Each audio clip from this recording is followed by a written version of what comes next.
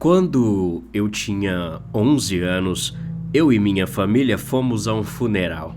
O homem que havia morrido era um bom amigo do meu pai, da fábrica onde eles trabalhavam, e ele havia morrido de repente. Embora eu não consiga me lembrar de seu nome, só sei que operava algumas máquinas e meu pai trabalhava como zelador. Tudo aconteceu muito rápido. Meu pai e ele estavam conversando no trabalho quando um pedaço de madeira ficou preso na máquina.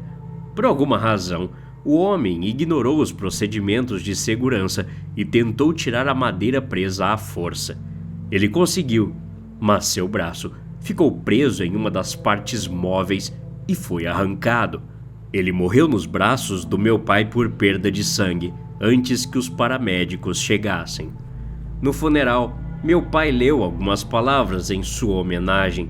Falou de como seu amigo sempre seguia os procedimentos até aquele dia em que perdeu a paciência. Foi alguns dias depois que eu vi pela primeira vez. Eu era muito novo na época para entender, como já falei no começo, e nossa vizinha do outro lado da rua era uma jovem que trabalhava como enfermeira no hospital. Não estou muito orgulhoso de falar isso agora, mas eu espreitava pela minha janela à tarde da noite para tentar dar uma olhada em uma das ocasiões bastante comuns em que ela esquecia de fechar as cortinas do seu quarto. Nossa rua era um pequeno beco sem saída, com fileiras de árvores verdes baixas que ladeavam a rua, que projetavam longas sombras na luz dos dois únicos postes. Esses postes haviam sido colocados muito distantes um do outro, então havia uma pequena área entre eles que sempre estava cheia de sombras. Naquela noite, fiquei desapontado pelas cortinas da vizinha estarem fechadas, mas percebi um movimento na rua, saindo da borda do círculo de luz emitido pelas luzes distantes. O outro poste de luz estava muito perto da minha janela, então eu notei um movimento estranho, como se algo estivesse saindo debaixo da sombra entre os postes e indo para a luz. Era um homem, embora sua pele parecesse roxa e verde mesmo à distância. Ele estava sem um braço, porém se vestia com roupas muito elegantes, um smoking com uma faixa vermelha brilhante.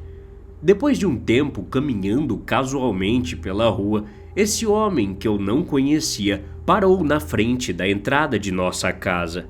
Eu estava confuso e ficando um pouco assustado, pois ele não chamou, não tocou a campainha nem nada, apenas ficou parado olhando para nossa casa. Me afastei da janela, me assegurando de que ele teria ido embora quando eu olhasse novamente, mas quando eu olhei, ele ainda estava lá. Pensei em gritar pelos meus pais, mas não conseguia encontrar as palavras. Depois de quase uma hora, ele se virou e foi embora pelo caminho que havia vindo, desaparecendo além da luz do poste distante. Eu contei aos meus pais, mas eles me asseguraram que era apenas um sonho. Eu ouvi minha mãe dizendo ao meu pai que era um pesadelo causado por ter ido ao funeral. Na noite seguinte, eu verifiquei a rua, mas não havia sinal do homem. No entanto, as cortinas da enfermeira estavam abertas. Me distraí com ela, que para minha felicidade estava tirando as roupas. E quando finalmente apagou a luz, deixando apenas o brilho fraco e cintilante da TV que sempre deixava ligada, decidi voltar para a cama e dormir. Mas antes disso, olhei de relance em direção das luzes. Foi aí que vi que o homem estava de volta, parado exatamente onde havia estado na noite anterior. Logo, ele se foi novamente, e eu dormi inquieto. Isso continuou esporadicamente na semana seguinte. Algumas noites ele nunca aparecia, outras ficava parado no mesmo lugar, e outras ainda ficava perto da velha árvore torta no canto do nosso quintal. Mas mesmo quando ele vinha, sempre ia embora logo depois.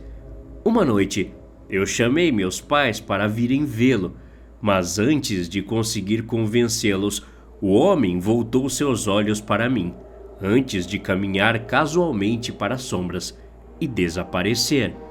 Meu pai ficou bastante chateado por ter sido acordado à toa e me disse que eu seria castigado se eu o incomodasse novamente com isso. Foi outra semana antes que ele aparecesse novamente. Eu o observei enquanto ele caminhava pela rua, pelas sombras, até o fim da entrada de casa. Então, o homem se virou para a casa e continuou andando. Meu coração saltou na minha boca, parecendo palpitar na minha cabeça, enquanto a figura se aproximava cada vez mais. Mas a porta sempre ficava trancada à noite. Ele não conseguia entrar. Fiquei dizendo isso a mim mesmo para me acalmar. Mas quando ele chegou à porta, ouvi um clique fraco e um rangido, e depois passos silenciosos no corredor. Alguém tinha esquecido de trancar a porta. Prendi a respiração enquanto os passos se aproximavam do meu quarto, mas eles pararam de repente e eu ouvi outro clique e rangido. Mais alguns passos suaves e então o quarto pareceu ficar mais frio. Depois de novo os passos voltaram, recuando da casa pelo caminho que haviam vindo, e eu vi o homem passear de volta pela rua.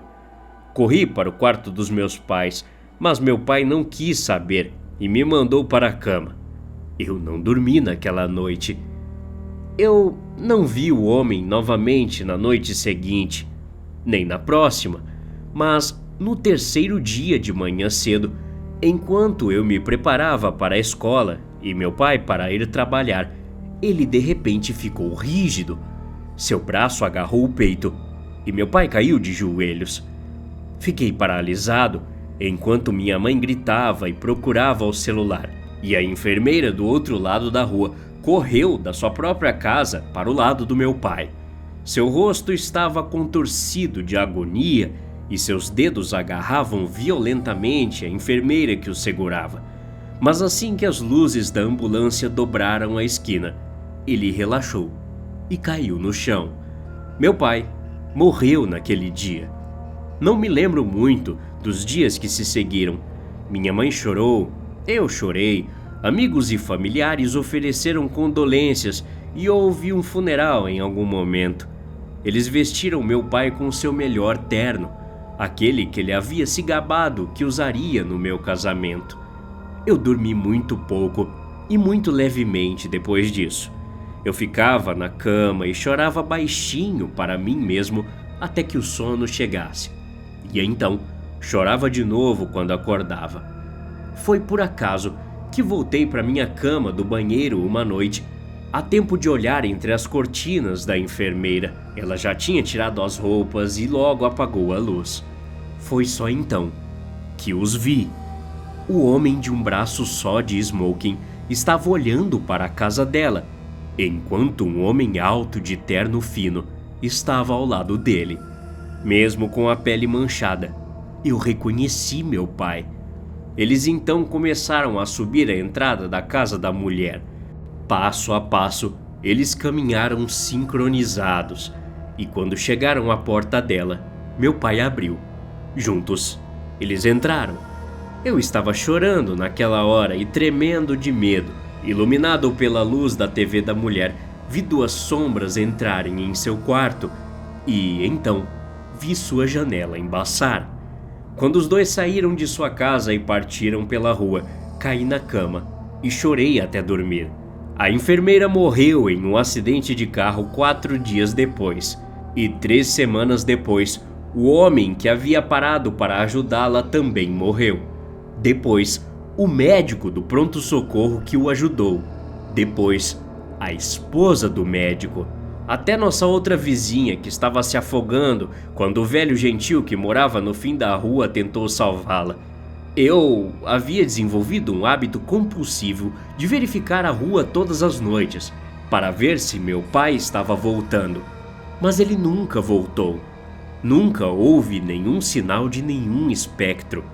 Até algumas noites depois, quando de repente figuras apareceram das sombras. Um homem de um braço só, meu pai, uma jovem, um homem manco, um casal de mãos dadas e outra mulher usando um vestido branco. Todos eles caminharam pela rua, passando pela minha casa, a caminho da casa do velho. Eles voltavam todas as noites. Eu sabia então que só era questão de tempo até que o velho esquecesse de trancar suas portas. Por mais louco que pareça, o velho não morreu, porque ele era meticuloso e sempre manteve a porta trancada. Minha mãe nos mudou para morar com a irmã dela devido a problemas financeiros. Mas eu sei que eles ainda estão por aí, cada elo em uma corrente, cada um levando a última pessoa que eles viram.